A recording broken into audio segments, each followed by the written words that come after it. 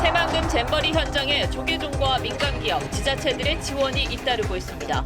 추가 이탈국은 없는 가운데 전북연맹 대원들이 조직위가 성범죄 대처에 미온적이라고 주장하며 조기 퇴소했습니다.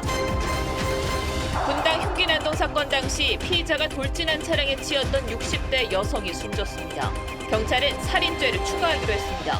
살인 예고글과 관련해 지금까지 46명이 붙잡혔는데 검찰은 살인 예비죄 적용과 구속 수사를 검토하는 등 강력 대응할 방침입니다.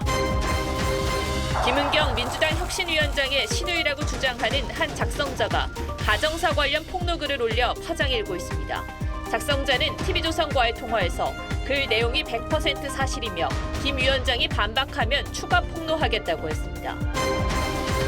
제6호 태풍 카눈의 예상 경로가 한반도 쪽으로 조정되면서 수요일인 오는 9일에 남해안이 태풍 영향권에 들고 목요일에는 영남 해안 지역에 상륙할 것으로 보입니다.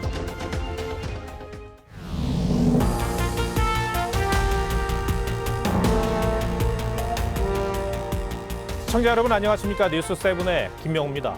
중단 위기까지 맞았던 세계 잼버리 대회가 차츰 안정을 찾는 모습입니다. 다행입니다. 여전히 불볕더위와 벌레, 각종 시설 부족이 참가자들을 괴롭히고 있지만 정부가 그 어느 때보다 적극적으로 대처하면서 열악한 환경이 개선되고 있다고 합니다.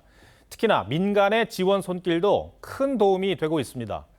참가자 모두가 평생 남을 추억을 만들고 안전하게 집으로 돌아가기를 바라는 마음은 모두가 마찬가지겠죠. 오늘 첫 소식은 김태준 기자입니다. 야영장 상공위로 전투기의 에어쇼가 펼쳐집니다. 대원들은 주최 측이 제공한 아이스크림을 먹으며 잠시 휴식을 취합니다. 정부는 오늘 새만금 잼버리 현장에 냉방버스 132대를 추가해 2배로 늘리고 그늘막도 69동을 추가 설치했습니다.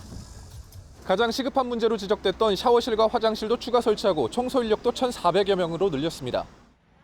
기업들도 빵과 아이스크림 등 간식을 무상으로 제공하고 직원들을 현장에 보내 봉사 활동에 나서는 등 지원에 나섰습니다. The waiting queue for dinner or food was very long, but now it's quite short to get food. 현장 상황이 개선되면서 추가 이탈자는 나오지 않았습니다. 독일과 스웨덴이 잔류를 결정하는 등 전체 참가자 중 90% 이상이 대회가 끝날 때까지 일정을 소화할 방침입니다. 정부는 참가자들이 다양한 경험과 추억을 쌓을 수 있도록 내일부터 추가로 야외 활동 프로그램도 지원할 예정입니다. 정부는 어제 17개 시도의 협조를 받아 총 90개의 프로그램을 추가로 마련을 했고 오늘 예정됐던 K-팝 공연은 폐막일인 11일로 연기됐습니다. TV조선 김태준입니다. 그런데 가까스로 활기를 찾은 잼버리 대회에 찬물을 끼얹는 일이 벌어졌습니다. 이 야영장에서 성범죄가 벌어졌다는 주장이 나온 건데 외국 남성 지도자가 여자 샤워실을 훔쳐봤다는 내용입니다. 연맹 측이 제대로 된 후속 조치를 하지 않았다며 국내 참가자 80여 명이 퇴영을 결정했습니다. 어찌 된 일인지 임서인 기자가 전해드립니다. 한국 대원들이 트럭에 짐가방을 옮겨 싣고 야영장에 설치했던 텐트를 철거합니다. 영내에서 발생한 성범죄에 대해 대회 조직위원회가 제대로 조치하지 않고 있다며 80여 명이 조기 퇴영을 결정한 겁니다. 전북연맹 측은 지난 2일 여자 샤워실에 30-40대로 추정되는 태국 남자가 몰래 숨어 있다가 발각됐다고 밝혔습니다. 당시 이 남성은 여자 샤워실인 줄 몰랐다고 해명한 것으로 전해졌습니다. 그건 굉장히 의도적인 거거든요. 어떻게 샤워로 온 사람이 타월 한 장, 비누 한 장 가지고 들어오지 않고 샤워를 합니까? 하지만 세계 스카우트 연맹은 자체 조사 결과 성범죄 사실이 없다고 결론 내렸습니다.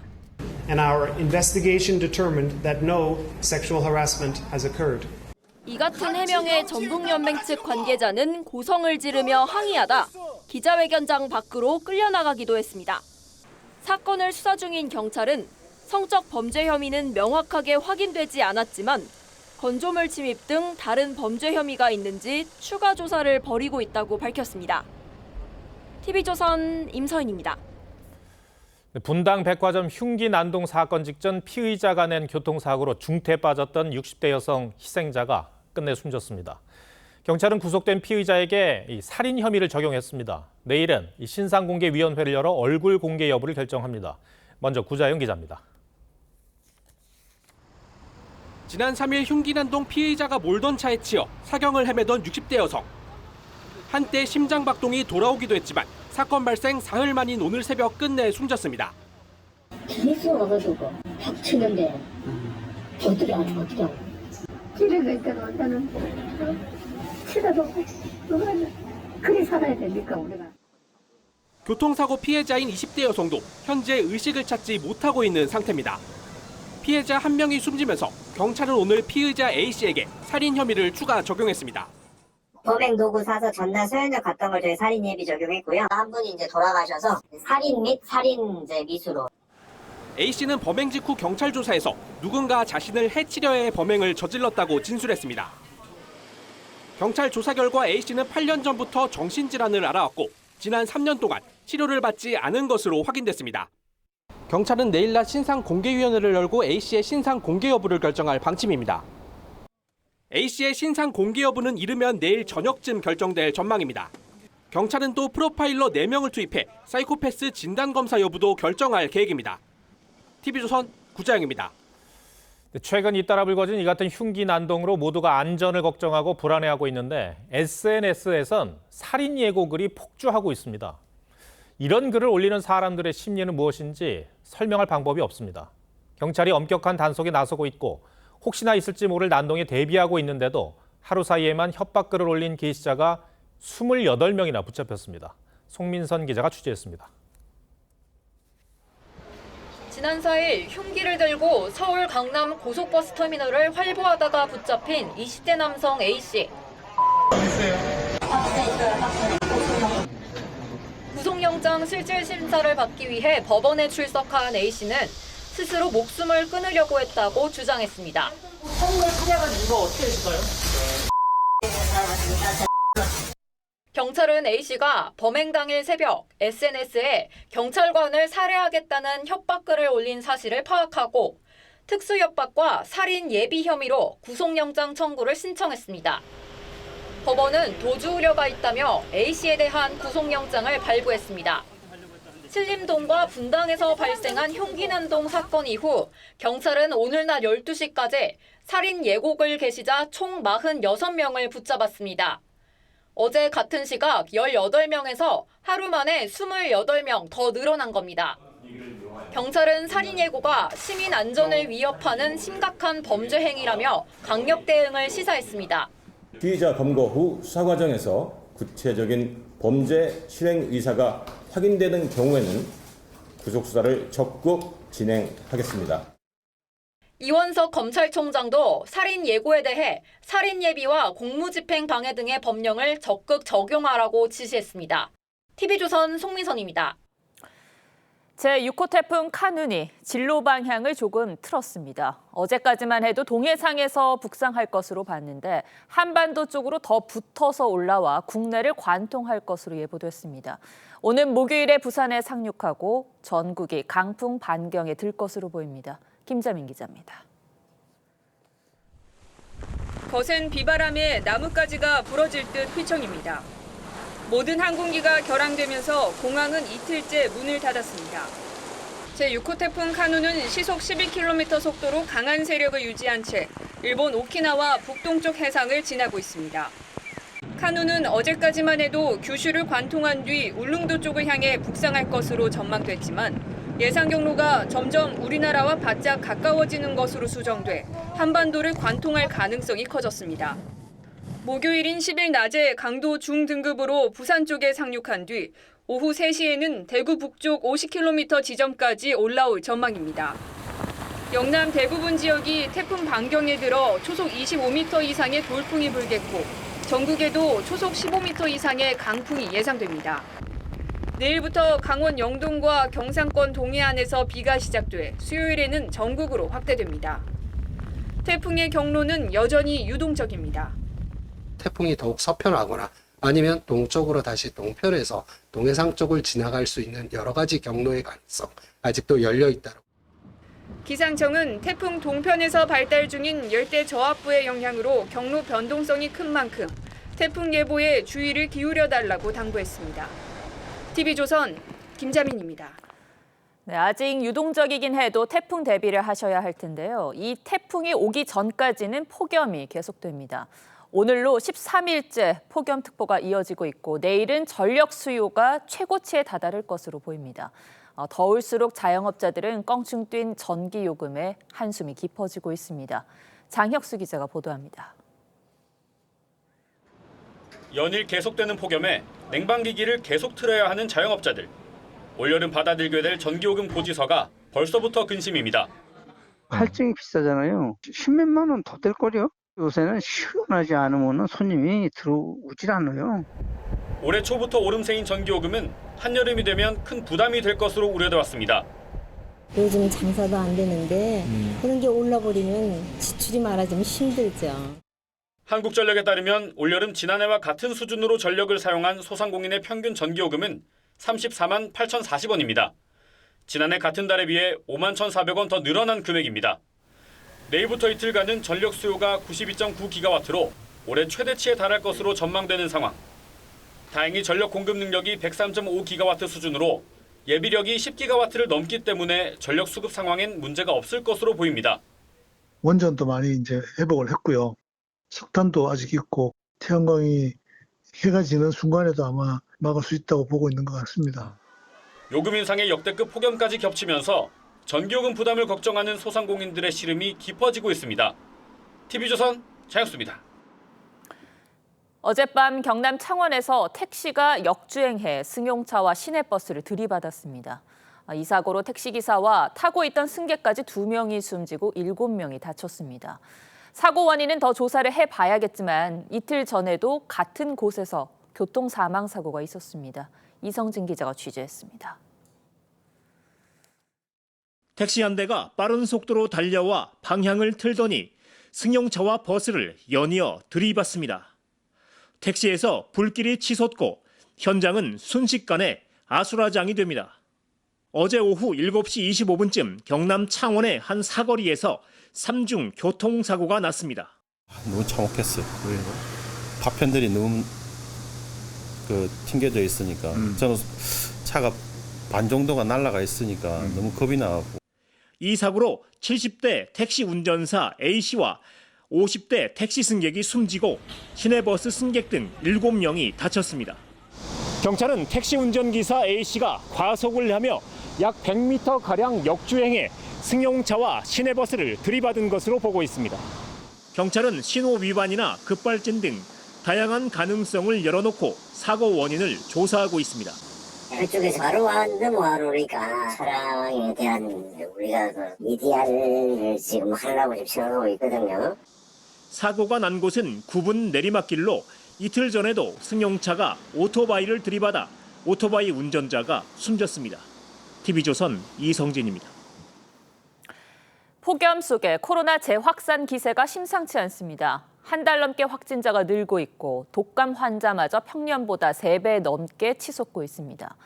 당초 이번 달에는 병원에서도 마스크를 벗는 등 방역 단계를 낮추려 했지만 이 계획도 잠시 멈췄습니다. 신경희 기자입니다. 환자 대기실이 여유좌석 없이 가득 찼습니다. 독감도 걱정이 되고 코로나도 걱정되고. 코로나 확진자 수는 지난 6월 말부터 5주 연속 늘고 있는데 방역당국은 이달 중순엔 하루 평균 6만 명, 최대 7만 6천 명까지 확진자가 나올 것으로 예상했습니다. 독감 의심 환자도 외래 환자 1000명당 15명으로 여름철 유행 기준보다 3배 이상 높습니다. 독감 환자도 많이 오지만 코로나도 하루에 한 많을 때는 7, 8명 오거든요. 증상이 비슷해서 방역당국은 격리 의무 해제와 여름철 환기 부족, 이동량 증가 등으로 예측 가능한 추세라면서도 기존 일상회복 로드맵을 수정하기로 가닥을 잡았습니다. 당초 이달 초쯤 감염병 등급을 독감과 같은 4급으로 낮추고 마스크 착용 의무도 완전히 해제할 계획이었는데 대형 병원과 감염 취약시설 등에서는 계속 마스크를 쓰는 방안을 유지할 전망입니다. 마스크 의무 해제 여부는 고위험군 보호를 염두에 두고 심도 있게 검토하여. 새만금 잼버리 야영장에서도 어제까지 모두 92명이 코로나에 감염된 것으로 나타나 추가 확산이 우려됩니다. 방역당국은 내일 감염병 위기 대응 자문위원회를 열고 일상회복 2단계 조정 방향과 시점을 논의할 방침입니다. TV조선 신경입니다. 최근 발생한 LH 부실 아파트 사태는 설계와 시공뿐 아니라 이 공사가 제대로 진행됐는지 점검, 감독하는 감리도 제 기능을 못했다는 지적이 많습니다. 특히 LH가 직접 감리하는 곳에서 유독 부실이 많았습니다. 실제로 최근 5년 동안 하자가 많았던 LH 아파트 대부분이 LH가 자체 감리를 했던 것으로 파악됐습니다. 장세희 기자 단독 취재 내용 전해드리고 원희룡 국토부 장관과 직접 얘기 나눠보겠습니다. 서울의 한 공공임대주택입니다. 입주 2달 만에 부실공사 문제가 불거졌습니다. 제 뒤로 보이는 아파트 단지는 공사 과정에서 철근이 누락됐다고 국토부가 공개한 15개 단지 중에 한 곳으로 LH가 발주하고 감리 역시 LH가 맡았습니다. 주민들은 LH가 직접 감독하면 좀 나을 거란 막연한 기대가 배신감으로 바뀌었다며 분통을 터뜨렸습니다. 감리라는 게 굉장히 자기가 책임감 있게 해야 되는데 이게 말이 안 되는 소리죠. 잠이 오겠습니까 이게. 실제로 최근 LH가 발주한 아파트 가운데 하자 발생 1위 아파트는 5년 연속 LH 자체 감리 아파트였습니다. 하자가 많은 상위 25곳 중에서 한 곳을 제외한 24곳이 LH가 직접 감리를 맡았던 것으로 조사됐습니다. 전문가들은 LH가 발주한 공사를 LH가 감리할 경우 감독 자체가 느슨해질 수 있다고 지적합니다. 발주자인 LH 직원이 직접 감리할 경우에는 독립성이 보장되지 않아 제대로 된 감독이 어려울 수 있습니다. 부족한 인력도 문제입니다. 지난해 상반기 LH가 자체 감리하는 공사 현장 166곳 가운데 법정 감리 인력을 채운 곳은 14%에 불과했습니다. 있으나마나한 감리의 실효성을 담보할 수 있도록 제도 개선이 시급하다는 지적이 많습니다. TV조선 장세희입니다. 한국토지주택공사 LH가 발주한 아파트에서 철근이 누락된 사실이 확인돼 충격입니다. 국민 생명 안전과 직결되는 이 문제의 배경에는 그들만의 이권 구조가 있다는 지적이 나옵니다. 원희룡 국토부 장관에게 직접 물어보겠습니다. 장관님 안녕하세요. 네, 안녕하세요. 여기 오시기 전에 파주하고 양주 아파트 현장 방문하셨다고 들었거든요. 네. 많이들 불안해하십니까? 예, 안전 걱정을 많이 하십니다. 그래서 보강공사 이런 국제 공인된 공법으로 철저히 하겠고 그래도 부족할 수가 있으니까 정밀 안전 진단을 그 후에 입주민들이 뽑는 업체를 통해서 하겠다. 그리고 우리가 이 물리적인 안전뿐만 아니라 심리적인 안전까지 주민들이 해소될 때까지 끝까지 하겠다. 그렇게 약속을 하고 왔습니다. 예. 방금 전에 저희가 전해드린 리포트의 의미가 뭐냐면 아시겠습니다만 그 마지막 보루라는 감리를 믿을 수 있겠느냐는 것이거든요. 누가 세상에 아파트에 철근이 없을 거라고 생각을 했겠습니까? 어떻게 보십니까? 지금 민간 감리는 지자체에서 선정을 하고 있는데요. 공공은 자체 감리를 하고 있습니다. 독립성도 문제고요. 인력도 부족하고 설계에 대한 이해도 부족한 경우가 많습니다. 그래서 결국 우리가 사법부 독립처럼 감리가 3권 분립이거든요. 여기가 최후의 보루인데 우리 해외에 나가면 건설 강국인데 국내에 들어오면 국내용으로 이게 엔지니어링이 너무 홀대받고 저임금이고 문제가 많습니다. 이번 기회에 저희가 들여다보고 뜯어 고치려고 합니다. 이 문제에 연결이 돼서 정말 고질적인 전관 문제가 지목이 되고 있거든요. 그러니까 공사도 감독도 같은 편끼리 하니까 문제가 생기는 거 아닌가 이런 지적인데 이 문제 어떻게 파악하고 계세요? 우리 설계나 감리 이런 엔지니어링 기술은 세계 최고입니다. 왜냐하면 해외에 나가면 실력 발휘를 하는데 국내에만 들어오면 이건 뒷전이고요. 시공사, 그 무엇보다도 입찰 따오는 수주. 근데 수주는 발주처의 전관들이 서로 물고 물려 있죠. 그러다 보니까 영업 로비 위주의 건설업 생태계가 돌아가다 보니까 해외 나가면 세계 1등인데 국내 오면 아직 후진국 같은 이런 먹이 사슬이 반복되고 있죠. 그러니까 좀 더 구체적으로 파악을 해서 어떤 문제가 있고 책임이 있으면은 책임을 물는 것도 생각을 하셔야 되지 않습니까? 당연히 해야 되고요. 그래서 이번에 그 LH 부실에 연결된 시공사라든가 전관들을 모두 지금 경찰에 수사 유를 해서 들어갔고요. 이제 앞으로 권익위라든지 이렇게 통해서 공익제보, 익명성이라든지 재판 바다에도 전부 그 진술을 신원을 보장해주는 이런 걸 통해 가지고 업계 제보를 받으려고 합니다. 예. 앞서서 하여튼 파주, 양주 두 곳 방문하고 오셨다고 했는데 지금 철근이 누락된 아파트 단지가 16곳인 것으로 그렇죠. 알고 네. 있습니다. 근데 입주를 하신 분들도 계시고, 근데 이게 보강 공사만으로 괜찮은 건가요? 전문가들 이야기로는 이 지금 문제가 철근 기둥이나 이 천정에 철근을 빼먹은 게 아니고 기둥으로 천정을 받치고 있기 때문에 여기를 보강을 해줘야 되거든요. 요게 빠진 거예요. 그래서 이거를 이 옆에 아예 철골을 가지고 뒷받침해서 그 면적을 넓혀 있기 때문에 공법상으로는 뭐 괜찮답니다. 근데 이제 주민들의 심리가 문제이기 때문에 저희들이 끝까지 이 부분들에 대해서는 제3자를 통해서 검증할 수 있도록 하고 그래도 불안해 하시는 분들에게는 다른 곳으로 이사를 갈 수 있도록 임대 아파트 경우에는 그래도 이 아직 그 공가 빈집이 여유가 있거든요. 그래서 저희들이 해드릴 수 있는 건 다 해드리려고 합니다. 그 임대 아파트, 임대 주택 말씀하셔가지고 이어서 질문드리겠습니다. LH 15개 단지에서 계약 해지 신청이 12건이 들어왔는데 그 말씀하신 임대주택이거든요. 예, 그렇습니다. 이분들은 상대적으로 형편이 좀 힘드신 분들도 계신단 말이죠. 그렇죠. 이분들에 대한 어떤 대책이 따로 마련이 돼 있습니까? 이분들이 뭐 그동안 계약금이나 이런 거 돌려달라는 건 저희들이 이자 붙여서 다 돌려드리고요. 이사 비용과 함께 이사 갈 수 있는 집을 저희들이 같은 수준으로 제공하려고 합니다. 그 부분들에 대해서는 이거는 LH 책임이기 때문에 LH의 귀책 사유로 해서 저희들이 할 수 있는 건 다 하려고 하고요. 그것 때문에 제도가 문제되는 게 있다면 국토부에서 그건 손을 보겠습니다. 장관님 책임 산하에 있는 LH 얘기를 마지막으로 좀 질문을 드릴게요. 불과 2년 전입니다. 땅 투기, 일감 몰아주기 이런 걸로 개혁안 냈었거든요. 그런데 이런 문제가 또 불거지다 보니까 국민들 신뢰가 거의 없다고 해도 과언이 아닙니다. 국토부 장관으로서 국민들께 어떤 말씀 해주시겠어요? 그때는 이제 투기에 초점을 맞춘 그런 공직 윤리로 갔는데 이번에는 보면 전관이나 감리 부실 이런 문제란 말이죠. 그래서 이런 점에 대해서는 우선 설계, 시공, 감리로 가는 건설업계의 전반적인 이권 카르텔 이 부분도 손을 보고요.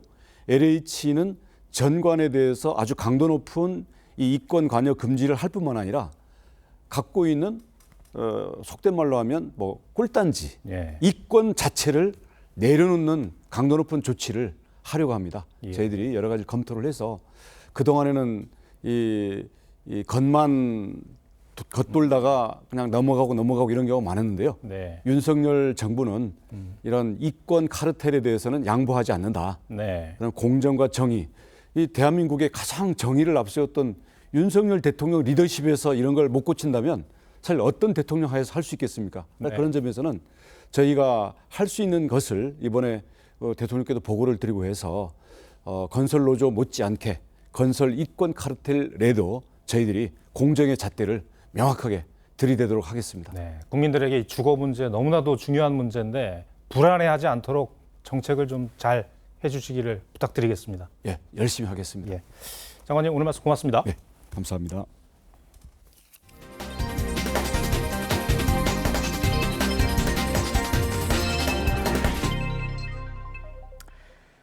노인 폄하 발언으로 홍역을 치른 민주당 김은경 혁신위원장에 대한 폭로글이 올라와 또 파장이 일고 있습니다. 스스로를 김 위원장의 시누이라고 밝힌 인물이 쓴 글인데 시부모를 18년간 모셨다는 김 위원장의 말은 거짓이라고 주장했습니다. 저희 취재진이 미국에 있는 글 작성자와 어렵게 연락이 닿았는데요. 폭로글은 100% 사실이고 김 위원장이 반박을 하면 자료를 공개하겠다고 말했습니다. 김 위원장은 끝까지 연락이 닿지 않았습니다. 황병준 기자가 단독 취재했습니다.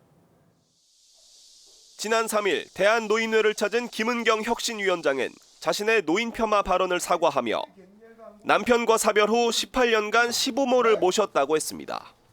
시댁 어른들은 남편 사후에 제가 18년을 모셨어요.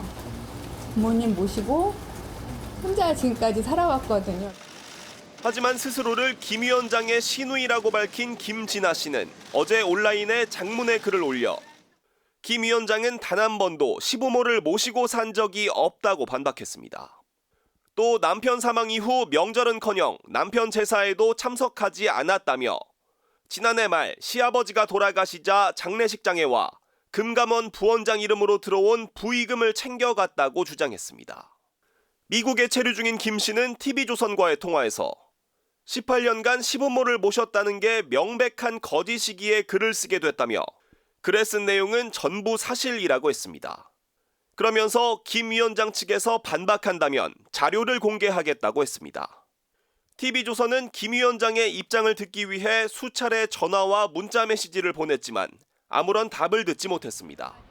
또 2명의 혁신위 대변인에게도 사실 확인을 위해 여러 차례 연락했지만 답을 듣지 못했습니다. 당 지도부는 김 위원장의 개인사라며 말을 아꼈습니다. 개인사에 관한 것이라 제가 언급하기는 적절치 않다. TV조선 황병준입니다. 네, 민주당은 또 다른 악재, 전당대회 돈봉투 의혹과도 정면으로 마주하게 됐습니다. 돈봉투를 받은 것으로 지목된 민주당 의원들은 모두 의혹을 강력 부인하고 있습니다.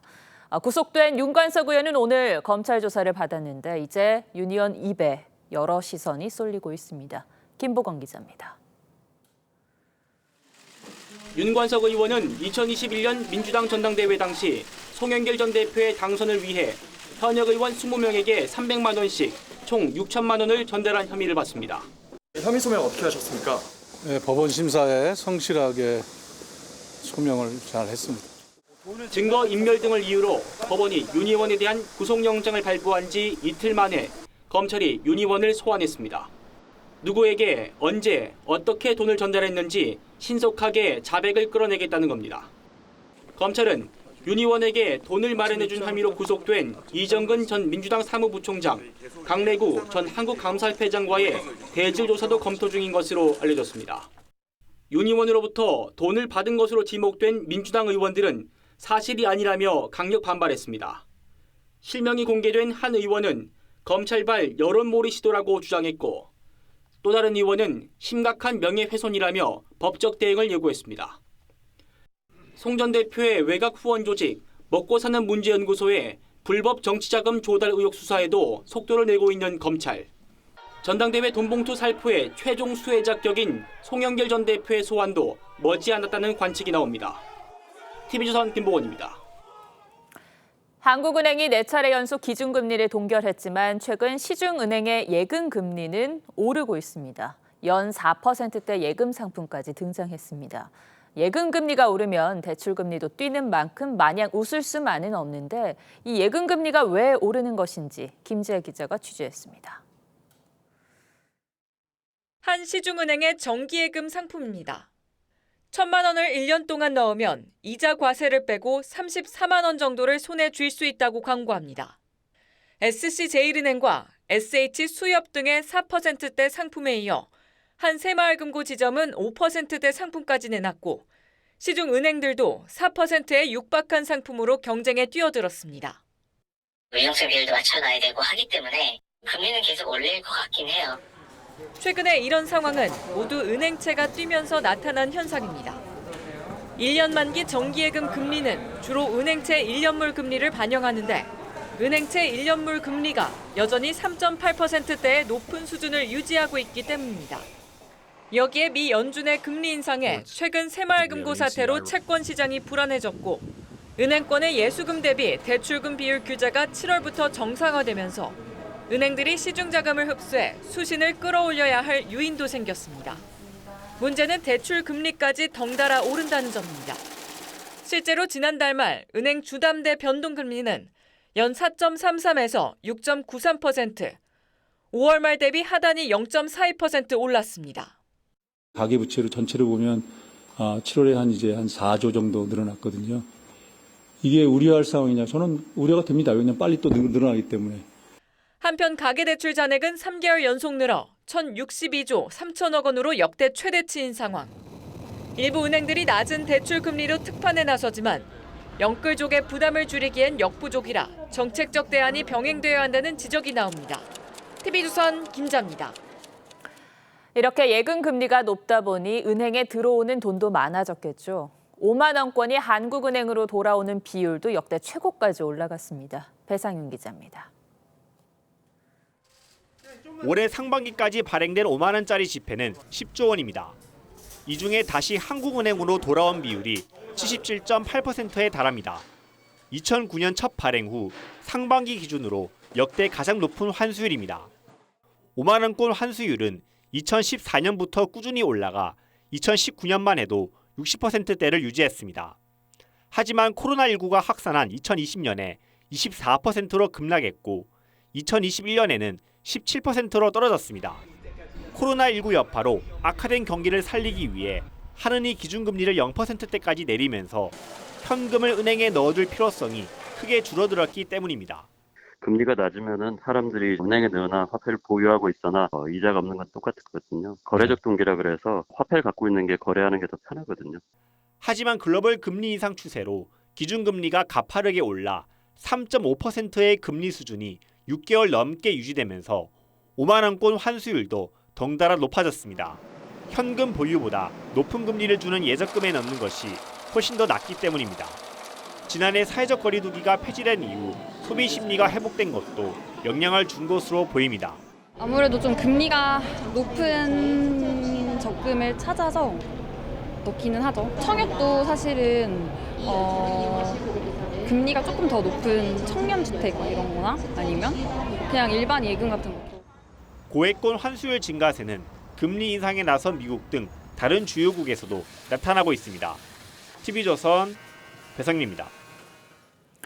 꿈의 물질로 불리는 상온초 전도체가 과학계, 산업계 그리고 증권시장까지 들썩이게 했습니다. 하지만 국내 연구진이 개발했다는 물질이 정말 그 초전도체가 맞는지는 아직 물음표입니다. 증명하는데 한 달 정도는 시간이 걸릴 것으로 보이는데 이 물질이 대체 무엇인지, 맞다면 어떤 파급력이 있는 것인지 유혜린 기자가 여기에 포커스를 맞췄습니다. 저항 없이 전기가 흘러 양자 컴퓨터, 고성능 반도체 등 미래 기술의 핵심인 초전도체. 하지만 기존 기술로는 영하 200도 이하의 극저온이나 초고압에서만 가능해 일상에서 쓸 수 있는 상온 초전도체가 필요했습니다. 100여 년간 수많은 과학자가 개발에 도전했지만 실패했는데 이를 국내 한 민간 기업이 성공했다고 발표하면서 전 세계가 뒤집어졌습니다. A new material identified as LK99 is reported to exhibit superconductivity at room temperature and atmospheric pressure. 챗 GPT의 아버지 샘 올트먼은 상온 초전도체가 실현될 가능성에 사로잡혔다며 기대감을 표시했습니다. 해외 연구진들도 진짜 상온 초전도체가 맞는지 직접 시료를 만들어 확인해 나섰습니다. 我们现在磁体缓慢地靠近这个样品，可以看到它竖起来了。 다양한 연구 결과가 나온 가운데 국내외 기관들은 신중한 입장을 보였습니다. 네이처지와 국내 검증위원회는 현재까지 초전도성을 확인한 검증 결과가 없다고 밝혔습니다. 검증위는 실험 영상 속 시료들이 바닥에 닿은 채 일부만 떠 있는데 이 같은 움직임은 초전도체가 아닌 다른 물질도 가능하다고 말합니다. 또 LK99가 초전도체처럼 특정 온도에서 저항이 0인지 확인되지 않았다고 밝혔습니다. 과학자들은 그 모든 가능성을 조사를 해보고 싶고 다 조사가 완료되지 않은 상태에서 섣불리 결론 내리는 데 있어서 좀 조심을 많이 하는 것 같아요. 반면 LK99 연구에 참여한 김현탁 교수는 시료에 초전도체와 그렇지 않은 물질이 섞여 일부만 뜬 것으로 저항이 0이란 사실은 논문 속 실험 결과에 나와 있다고 주장했습니다. 양측의 입장이 엇갈리는 만큼 추가 검증 결과를 기다려봐야 하는 상황입니다. 다만 초전도체로 확인되더라도 상용화까지는 최소 10년 이상의 추가 연구가 필요해 주식 등 투자에는 신중해야 한다는 지적이 나옵니다. 초전도가 된다고 하더라도 산업적으로 쓰이기 위해서는 제조상의 재현성, 생산성, 신뢰성 여러 가지가 이제 만족이 돼야 되거든요. 세기의 발견인지 혹은 섣부른 발표였는지 검증위는 한 달여간의 실험을 거쳐 밝힐 계획입니다. 뉴스7 포커스입니다. 오는 수요일쯤 휴가에서 복귀할 예정인 윤석열 대통령이 이상래 행정중심 복합도시 건설청장을 해임할 방침인 것으로 알려졌습니다. 오송 지하차도 참사에 대한 책임을 묻겠다는 겁니다.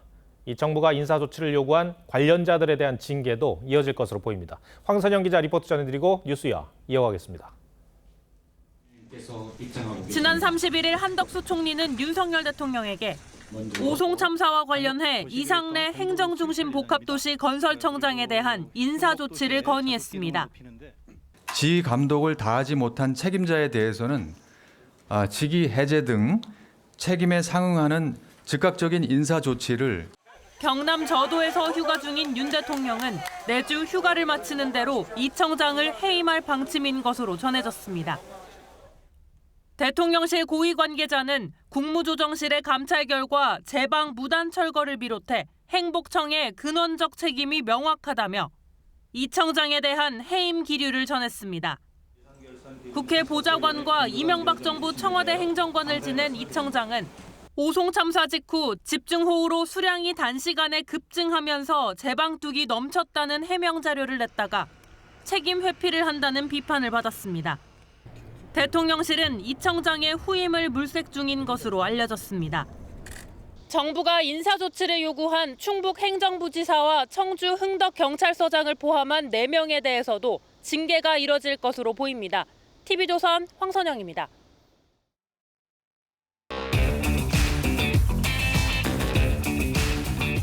뉴스야 시작합니다. 정치부 이채림 기자 나와 있습니다. 첫 번째 물음표 볼까요? 네, 첫 번째 물음표는 5년간 공정률 37%입니다. 이 잼버리 대회 준비 과정에서 논란이 많았는데 그 얘기를 해보자는 거죠. 그렇습니다. 지난 3일에요. 민주노총 전북본부가 성명을 냈습니다. 준비 과정부터 정치적 입속 때문에 논란이 많았다면서 특히 문재인 정부와 전라북도 민주당 정치인들이 잼버리 행사를 빌미 삼아서 새만금 신공항의 예비 타당성 조사까지 면제했다고 비판을 했습니다. 민노총의 성명 보면 문재인 정부가 뭔가를 잘못했다는 말로 들려요. 이례적이긴 합니다. 근데 이 잼버리 대회 새만금 유치를 문재인 정부에서 했습니까? 그럴 수도 있고 아닐 수도 있는데요. 일단 전라북도가 지역경제 활성화와 함께 새만금을 교통과 물류의 중심지로 만들겠다면서 잼버리 유치를 하겠다 이렇게 선언한 게 박근혜 정부 시절인 2015년입니다. 네. 그리고 역시 박근혜 정부 때인 2015년 9월에 강원도 고성을 꺾고 후보지로 최종 선정됐습니다.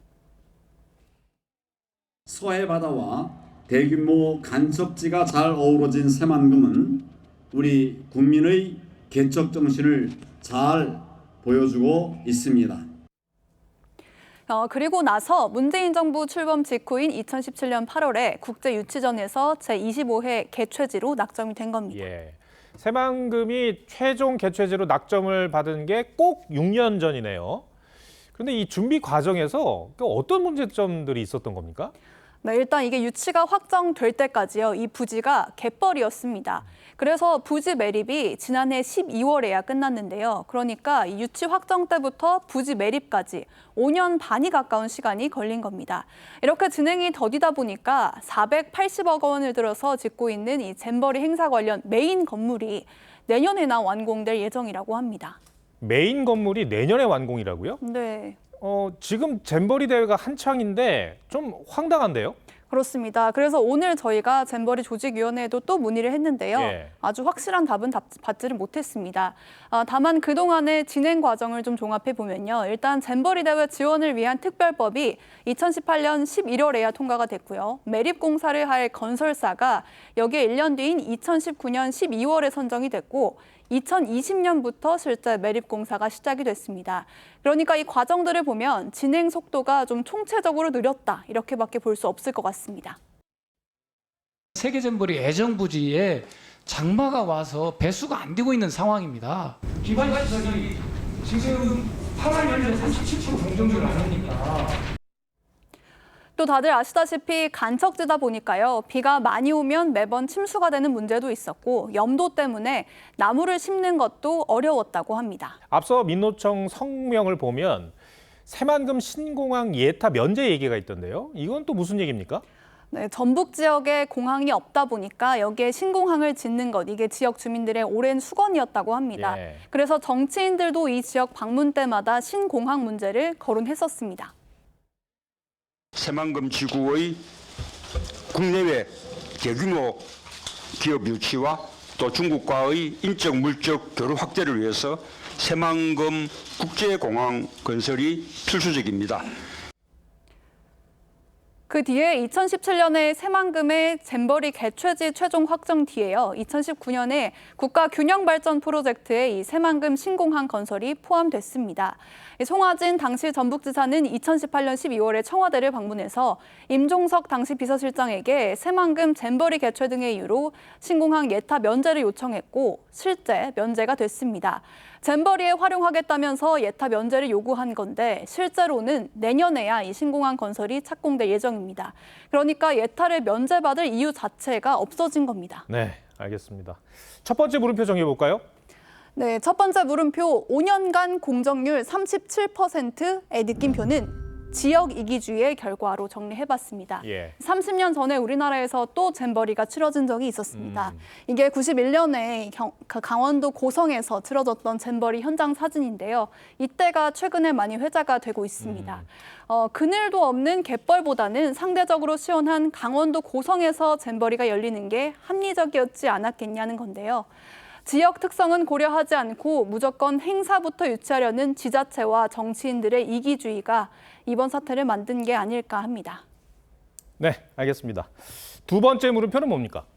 네, 오늘 두 번째 물음표는 정당 현수막은 무법지대입니다.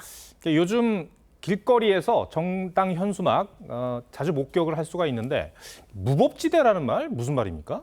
네, 이 정당 여의도에 걸려있는 정당 현수막을 사진으로 하나를 준비를 해봤습니다. 사진을 보시면요. 여의도에 걸려있는 열린민주당의 현수막입니다. 과거 세석이었던 열린민주당은 지난해 1월에 민주당과 합당을 했고요. 그 뒤에 지난해 12월에 새롭게 창당된 정당입니다. 사진을 얼핏 보시면 다른 현수막과 다를 게 없어 보이지만요. 자세히 보면 8월 5일부터 8월 19일로 돼 있는 이 게시 기간이 현수막에 임의로 날짜를 다시 붙인 흔적이 보입니다. 이렇게 덧붙여진 숫자를 떼보니까요. 원래 게시 기간은 지난달 7월 9일부터 24일까지로 돼 있었습니다. 예, 그러니까 원래 게시 기간 위에 숫자를 덧붙여서 게시 기간을 늘린 거네요. 네, 맞습니다. 근데 법적으로 그 기간이 정해져 있지 않습니까? 그렇습니다. 현행법상의 정당 현수막에는 이 표시 기한을 명시해야 하고요. 이 표시 기간도 15일 이내로 제한하고 있습니다. 결국 원래 게시 기간이 7월 중순이었던 해당 현수막을 임의로 숫자를 바꿔서 8월 중순까지 늘려놓은 겁니다. 당에서는 뭐라고 합니까? 네, 열린민주당에 물어봤는데요. 다른 정당도 이렇게 한 사례가 있는 걸로 알고 있다 이렇게 답을 했습니다. 그러면서 앞으로는 이렇게 하지 않겠다고 했습니다. 결국 이런 방식으로 게시 기간을 늘리는 게 사실상 불법으로 보이는데 관할 구청에서는 왜 그냥 놔두는 거죠? 이게 현재 정당 현수막에 대해서 이걸 철거할 수 있는 법정 규정이 없기 때문입니다. 그래서 지자체에서도 방치할 수밖에 없다는 건데요. 여기에 여야가 헌법재판소 결정에 따른 선거법 개정 시한을 넘기면서 이 정치 현수막에 대한 법적 제한이 완전히 풀려서 이 문제가 한동안 지속될 수밖에 없어 보입니다. 네. 두 번째 물음표도 정해볼까요? 네, 두 번째 물음표 정당 현수막은 무법지대의 느낌표는 무책임 정치권의 합작품으로 정리해봤습니다. 이 거리를 뒤덮은 정당 현수막에 보기만 해도 스트레스 받는다 이런 시민분들 많습니다. 게시 기한을 불법적으로 늘리는 것조차 제재하지 못하는 현실을 이해해줄 국민은 없을 것 같습니다. 이채린 기자 잘 들었습니다.